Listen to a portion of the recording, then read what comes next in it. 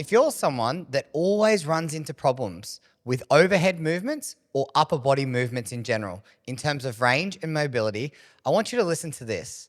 When you think about mobility or you think about movement-based strategies for the upper body, how often do you think people prescribe thoracic extension-based mobility drills? Now, they are fantastic drills, but I'm here to provide an opposing viewpoint. Your upper back and your mid back in particular is designed not just to extend, it's mainly actually designed to rotate. So, in order to rotate and extend, we need enough space at the back of the joints to actually allow you to get some extension. So what if I told you that doing the exact opposite side would actually be one of the most beneficials for you? So what would that look like? It would look like actually protracting, actually getting some upper back flexion and rounding, and then being able to breathe and expand through your upper back. Now, today I want to provide a bit of a differing viewpoint in a way that I have used year on year for people to unlock range of movement,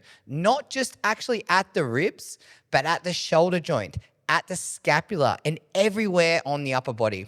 I think when we have a look at the upper body, there is such a requirement of range of movement that we need, right? But often the mid back just becomes a block. It just becomes this stiff point and it doesn't do anything. It doesn't extend really. It doesn't really rotate. It doesn't really flex. And you can see that in people. If you've ever seen someone bench pressing side on, you can see a flat back through that mid back very, very quick on. And it's like there's no movement there at all. So sometimes bashing thoracic extension exercises and mobility-based drills doesn't actually get the return that you want for the time spent doing the mobility drills. Now, I want to provide a bit of context a little bit later on in this podcast about why this then flows on into the bigger muscle groups around the shoulder, at the shoulder blades, and even at the front in the pecs, in the pec minor, and all these supporting muscle groups. Because if you think about anything, you need stability centrally first. It's like, think of a house, right? You need a solid foundation to work off. Now, and then you layer on building walls and everything that's involved in that. Now, if we look at the human body, we also want the same to be true. We want the center point to have the available range of movement. We want to be able to control it and stabilize it. Then over time, we want to add layers of complexity to that. So before we get into this, you are going to get out of this really simple hack that's going to allow you to increase the mobility that you get through your upper body. Now, before we get into it, let's have a look at a few of the baseline requirement movements that we need. At the rib cage, our ribs are, in the thoracic specifically, are really designed to rotate. So if you actually focus on rotation, you then get extension. Now, you can actually train extension by itself, but by default, by rotating, you actually can unlock extension just by default of actually rotating. So the rib cage, specifically the thoracic, rotates. Now, if we have a look at the lumbar spine, for instance, it's not really as well equipped to rotate. It flexes and extends more so. So depending on what you're looking at, with the neck, the ribs, or the lower back, the different spinal segments will actually have a different job. And they have inbuilt constraints by the structure of the actual joints themselves. So when we're looking at the rib cage, we also want to not just think about extension, we want to think about rotation, because rotation will actually unlock a lot of things. Now, when we have a look at the ribs, it's very, very uncommon to talk about the opposite, flexion. You know, like we always talk about, forward facing postures, like sitting at a desk and stuff like that. But what if we trained further into that? If you logically think about it, if your back expands that way, it's actually going to create a little bit of joint space on the backside of the rib, which means that if you're stretching those tissue out and there's more joint space, you're going to be able to, by default, actually get more extension and range of movement. Okay, but a big kicker here is your rib cage really plays into breathing. Now, if your mid back is really, really tight and immobile, it actually limits your ability to create expansion into your mid back. That is a really, really big problem, because it actually limits your ability to create a strong and effective brace. Because if you think about it, if everyone's probably seen the analogy of a Coke can, and if you bend it, the front side of it that's more open is your midsection, it's your abs. Now, if my back is flat through my thoracic spine and I can't get any expansion through my mid back, it means a lot of this pressure is getting directed out the front of my ab wall. It's a really, really ineffective way to breathe and create tension. But what that does, if we follow that downstream a little bit, it actually drives us into these anteriorly rotated hip positions. So we get this mismatch where we've got this flat kind of slightly extended but not really extended back, this anteriorly rotated pelvis, and then we've got all this wasted energy going out through the front of our ab walls. Now that in itself will have flow-on effects down into the pelvis. You know, our glutes, our hamstrings become down-regulated. The front of our hips becomes super tight. The adductors get super tight and not exposed to eccentric load as much. Then you can see how this problem feeds itself. But if we have a look at it, and the analogy that I was talking about before about the foundation, they say that you're only as old as your spine feels. And there's so much merit in that, because if you can't flex, extend, and rotate through your upper back, for instance, it means that there's going to be flow-on effects downstream. And there's going to be acute pain in a lot of cases, and people that are lifting heavy because they're stuck in these extension-based postures. Now, what I want to talk about here is the actual flow-on effects about this. Now, I'm talking conceptually about things, but what does that mean in real life for you? Now, if you're stuck in this flat back position, you are anteriorly rotated, the lats, if you don't know what they are, have a look on Google or whatever you're on, have a look at the lats, where they actually run on the body. So they cross across the lower back, all the way from your arm. So up here, and they run down and cross across the back to the opposite side of the pelvis. Now, if we're stuck in these extension-based postures, what happens is the joints are brought together, the space is closer together. So as a result, the muscle is also going to compress down and become tight in order to control that area. So what happens is, by not actually being able to flex, extend, and rotate, the tissues around the structure actually then adapt to the positions that your bones are in.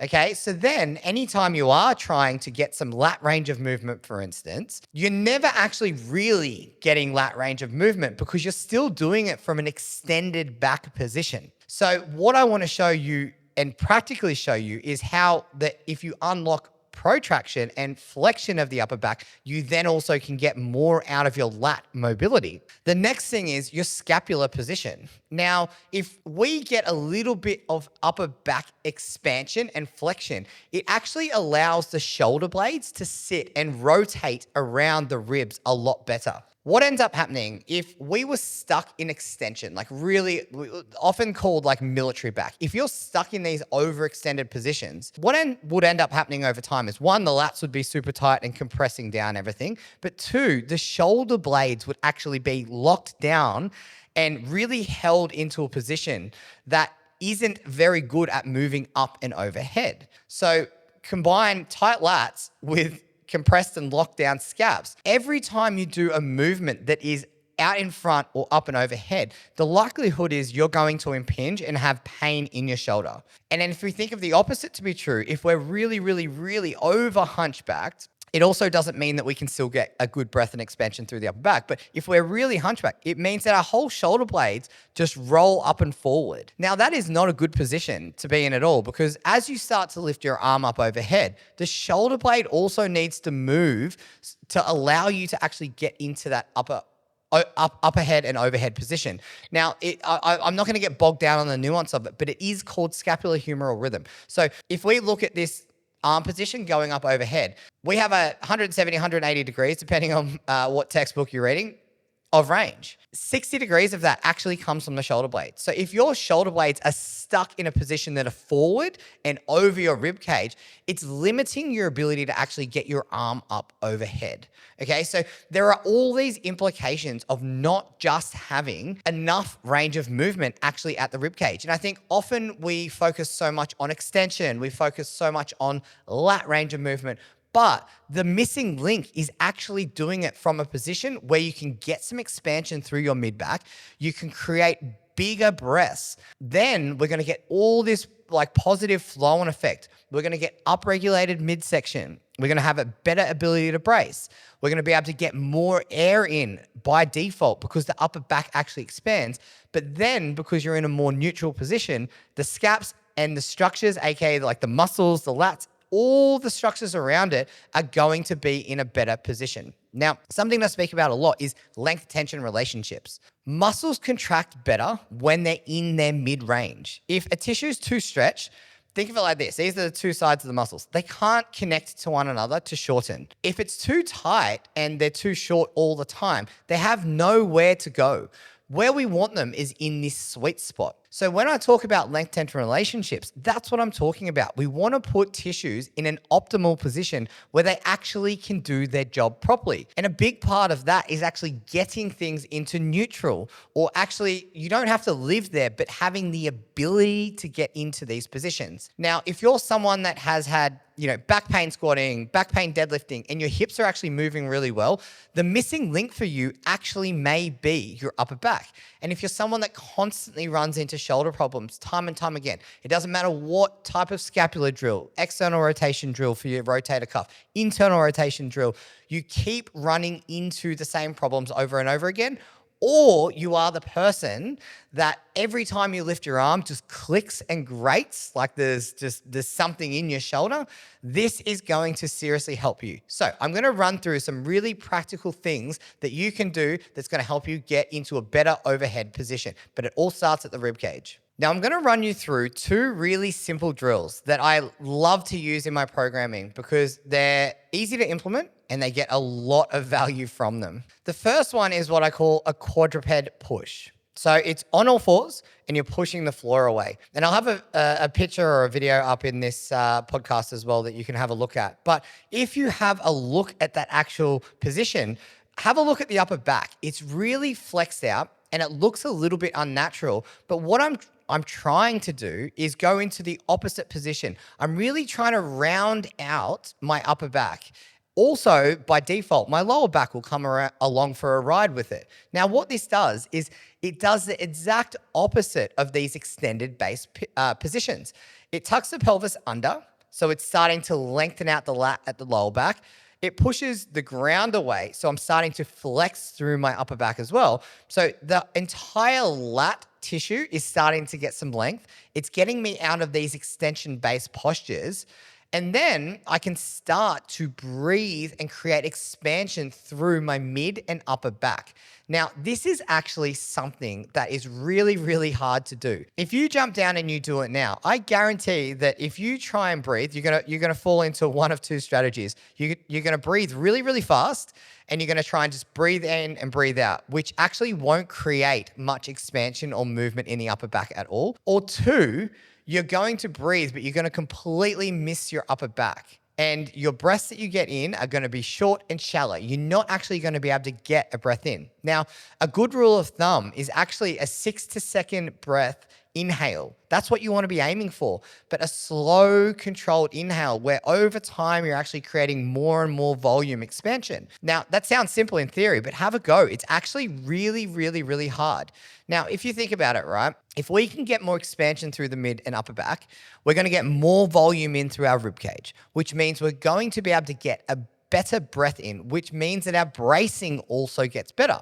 But by default, what that does, it creates gapping at the actual back of the ribs as well, at the actual joints itself, which means that there's more available movement actually at the spine itself to then get into extension, to get into the rotation, and also by default flexion.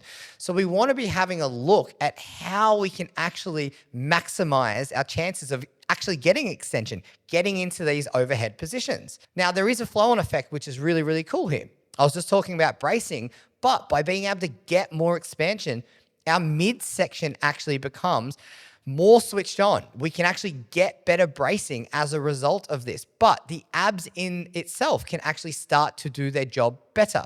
Now, if we're locked in these extension-based postures, We've got deeper ab muscles, your obliques, that really struggle to do their job properly because we've just got these flared out rib positions. So by actually being able to get more expansion, being able to get bigger breaths in, we can get access to some of these deeper muscles, which can help maintain better positions, not just during upper body, but also lower body too. Now, that is a really long-winded way of saying that we want to put muscles in the position that they can actually do their job. And this is what length tension relationships are all about.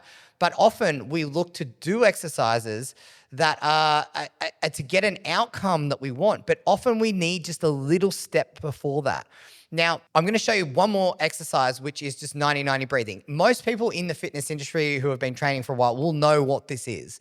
And 90-90 breathing then is a little bit more complex, and it starts to ramp up the involvement of the lower body as well. But you want to be able to do the breathing type drill for the 6 to 8 second inhale in quadruped, but you also want to be doing it in positions such as a 90-90 where you can actually then incorporate it into the lower body, because we don't just want it for the upper body, we want it for deadlifting, and we also want it for squatting. Now, with this, because it's very motor control and movement based, we're not adding crazy amounts of load. Our main outcome is our ability to actually get air in and create thoughtful and progressive inhales over time. Now, at the start, it's going to feel like you hit a brick wall. Like there is nowhere for that room to move in terms of air expansion.